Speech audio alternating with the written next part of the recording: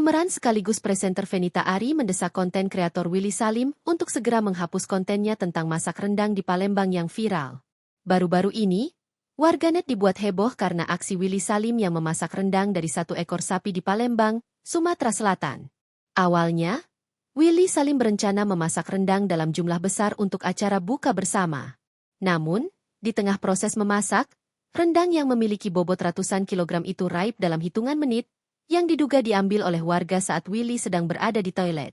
Insiden ini pun dengan cepat menjadi viral di media sosial dan memicu reaksi keras dari sejumlah warga Palembang yang merasa tersinggung.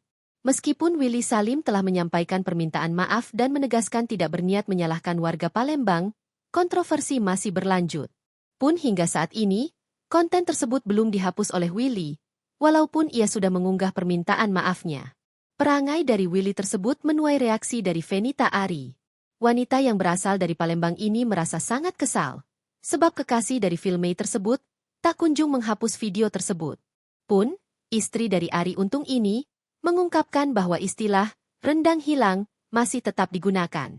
Wanita berusia 38 tahun ini terus mendesak sang TikTokers untuk segera menghapus konten tersebut.